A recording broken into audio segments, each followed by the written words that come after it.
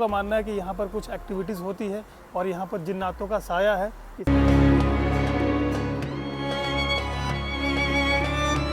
चिट्ठी वगैरह लोग लिख कर रखते हैं, यानी उसमें अपनी तमन्नाएं लिख कर रखते हैं और यहीं पर जो है उनकी तमन्नाएं पूरी होती हैं, ऐसा लोगों का मानना है।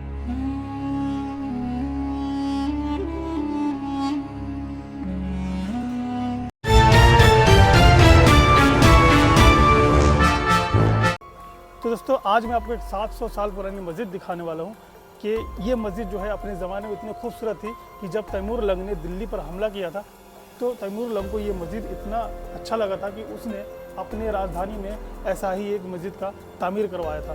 तो आज मैं आपको ये मस्जिद दिखाने वाला हूँ।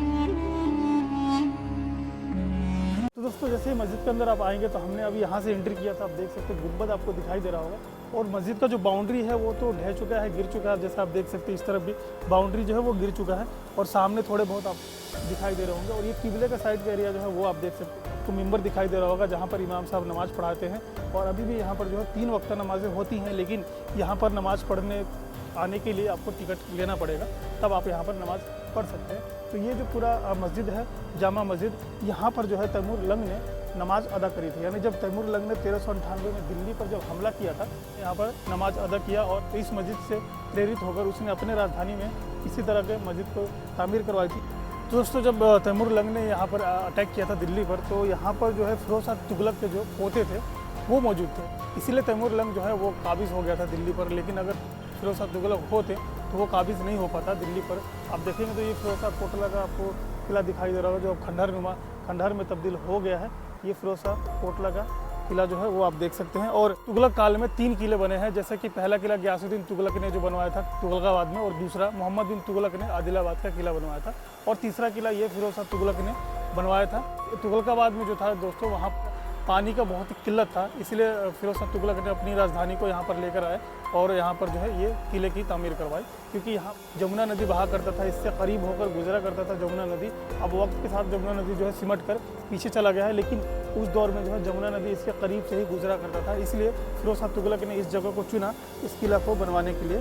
तो दोस्तों अब मैं आपको ये जगह दिखा देता हूँ। यहाँ आप देखेंगे तो यहाँ पर ये है वज़ू खाना, यानी मस्जिद के बगल में ये वज़ू खाना है। देख सकते हैं ये वज़ू खाना है उस ज़माने में, यानी लोग यहाँ पर वज़ू करके इस मस्जिद में नमाज अदा किया करते थे। और यहाँ से मैं आपको थोड़ा सा दिखा दूँ तो आप देखेंगे तो यहाँ से पूरा आपको मस्जिद का जो खंडहर है वो दिखाई देगा, नीचे का पूरा एरिया दिखाई देगा।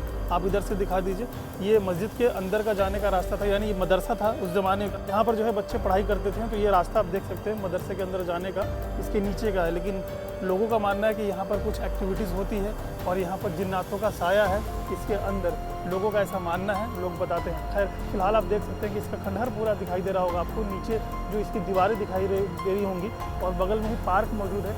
तो ये इसका खंडहर आप देख सकते हैं, जो पहले कभी आपने नहीं देखा होगा। तो दोस्तों मस्जिद के नीचे ही यहाँ पर एक जालियों के जरिए इस जगह को जो है बंद कर दिया गया है। ये जगह जो है बहादुर शाह जफ़र से जुड़ा हुआ इतिहास है, यानी बताया जाता है कि बहादुर शाह जफ़र के जो दादाजी थे उनका यहाँ पर कत्ल हुआ था और फिर यहीं से जो है उनके लाश को जमुना नदी में, यानी जो इसके किले के बराबर में बहा करता था पहले जमुना नदी, उसमें फेंक दिया गया था। बताया जाता है दोस्तों कि उस दौरान बहादुर शाह जफ़र के दादाजी को यहाँ पर धोखे से लेकर आया गया था। बताया था कि उन्हें ये बताया गया था कि यहाँ पर एक बहुत पहुँचे हुए संत आए हैं, आप चलिए उनसे मुलाकात कर लीजिए। लेकिन जब बहादुर शाह जफ़र के दादाजी यहाँ पर आते हैं तो उन्हें जो है यहाँ पर उनका जो है कत्ल कर दिया जाता है और फिर उनके लाश को जमुना नदी में फेंक दिया जाता है। यहाँ का जो इतिहास है वो बहादुर शाह जफ़र के साथ जुड़ा हुआ है। आप ये देखेंगे तो यहीं पर जो है अपनी मन्नतें लोग लेकर आते हैं, अपनी मुरादें लेकर आते हैं। और लोगों का मानना है कि यहाँ पर जिन्नातों का डेरा है, जिन्नात रहते हैं और जिन्नात जो है वो लोगों की मन्नतें पूरा करते हैं। आप देखेंगे इस तरफ तो यहाँ पे जो है चिट्ठी वगैरह लोग लिख कर रखते हैं, यानी उसमें अपनी तमन्नाएँ लिख कर रखते हैं और यहीं पर जो है उनकी तमन्नाएं पूरी होती है, ऐसा लोगों का मानना है। अभी भी आप देख सकते हैं कि यहाँ पर चिट्ठियाँ पड़ी हुई हैं, नीचे फूल वगैरह पड़ा हुआ है, लेकिन ये उस ज़माने में एक मदरसा था और आज यहाँ पर जो है जिन्नातों का डेरा है, लोगों को ऐसा मानना है और उनकी मुरादें जो हैं वो पूरी होती हैं। तो दोस्तों अब मैं वो वज़ू खाना दिखा देता हूँ जो मैंने अभी आपको ऊपर से दिखाया था। आप देख सकते हैं ये उस ज़माने का वज़ू खाना है, यानी 700 साल पुराना वज़ू खाना आप देख सकते हैं। सामने है जामी मस्जिद और यहीं से लोग जो है वज़ू करके इस मस्जिद में नमाज अदा करने के लिए जाया करते थे। तो ये आप देख सकते हैं, ये अभी जो है खंडहर में तब्दील हो चुका है, लेकिन उस ज़माने में इसके ऊपर प्रॉपर छत था जो अब खंडहर में तब्दील हो चुका है। और आप देखेंगे तो इसमें जो है अभी इसको भर दिया गया है, लेकिन इसमें पानी हुआ करता था उस ज़माने में, और इसके ऊपर भी छत हुआ करता था। यानी यहाँ पे एक फाउंटेन के जैसा बनाया गया था जो अब मौजूद नहीं है। तो इसकी खूबसूरती का आप अंदाज़ा लगा सकते हैं कि उस ज़माने में कितना खूबसूरत रहा होगा वज़ू खाना। और सामने मौजूद है वो मस्जिद जिसे देख कर तैमूरलंग भी हक्का बक्का रह गया था।